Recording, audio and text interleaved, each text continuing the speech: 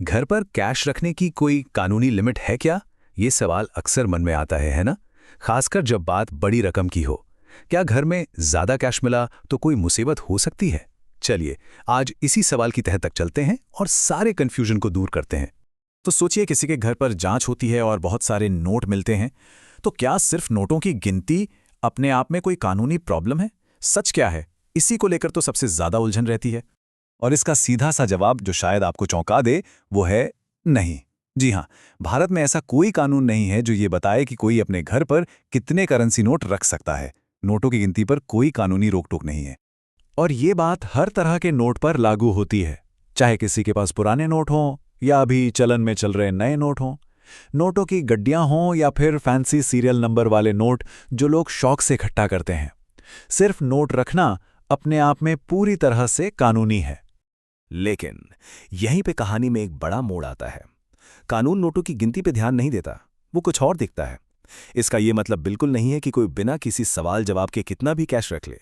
असली मुद्दा नोटों की संख्या है ही नहीं, बल्कि कुछ और है। चलिए इसे दो हिस्सों में तोड़कर समझते हैं। पहला कॉन्सेप्ट है क्वांटिटी लिमिट, यानी मात्रा की सीमा। इसका सीधा मतलब है नोटों की गिनती पर कोई रोक। जैसा हमने अभी बात की, भारत में ज्यादातर करेंसी नोटों के लिए ऐसी कोई लिमिट है ही नहीं। और दूसरा और सबसे जरूरी कॉन्सेप्ट है ट्रांसपेरेंसी लिमिट, यानी पारदर्शिता की सीमा। और कानून का असली फोकस यहीं पर है। कानून ये नहीं पूछता कि कितने नोट हैं, वो पूछता है कि ये पैसा आया कहां से। अगर किसी के पास बड़ी मात्रा में कैश है तो उसे इसका सोर्स बताना ही होगा। अच्छा, तो क्या इस नियम का कोई अपवाद, कोई एक्सेप्शन है? क्या कुछ नोट ऐसे भी हैं जिन्हें रखने की वाकई में एक तय गिनती है? तो इसका जवाब है हाँ, और इसका सीधा कनेक्शन है भारत में हुए विमुद्रीकरण यानी डीमोनेटाइजेशन से। यहाँ एक बहुत ही दिलचस्प बात पता चलती है।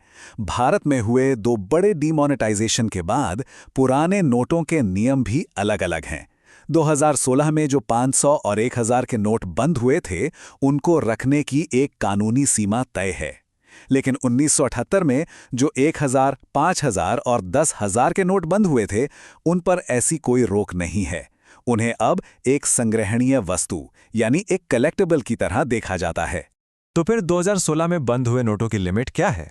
देखिए, कानून कहता है कि आमतौर पर कोई भी ऐसे ज़्यादा से ज़्यादा 10 नोट रख सकता है। लेकिन हाँ, अगर कोई रिसर्च या कलेक्शन के मकसद से रख रहा है तो ये लिमिट 25 नोटों तक हो सकती है। इससे ज़्यादा रखना कानून का उल्लंघन होगा।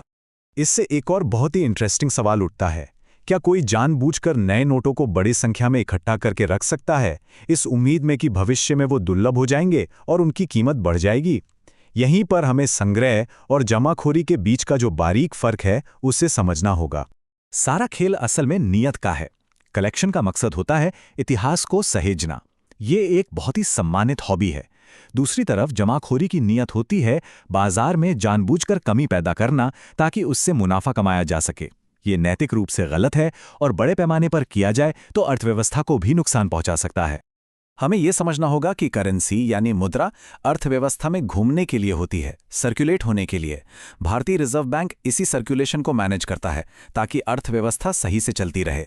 जब बड़े पैमाने पर जमाखोरी होती है तो ये पूरा संतुलन बिगड़ जाता है और इसीलिए सिस्टम ऐसी गतिविधियों पर नजर रखता है। तो इस पूरी बातचीत को हम 3 आसान नियमों में समेट सकते हैं। नियम नंबर 1, नोट रखने की गिनती पर कोई रोक नहीं है। नियम नंबर 2, पारदर्शिता सबसे जरूरी है, यानी पैसे का सोर्स बिल्कुल साफ होना चाहिए। और नियम नंबर 3, आपकी नीयत सही होनी चाहिए। संग्रह कीजिए, जमाखोरी नहीं। आखिर में इस एक लाइन में पूरी बात का सार छिपा है। एक कलेक्टर कहानी को सहीजता है, एक सिस्टम चलन को, और कानून इस संतुलन को बनाए रखता है। बस इसी संतुलन को समझना हमें एक जिम्मेदार नागरिक और एक जानकार कलेक्टर बनाता है।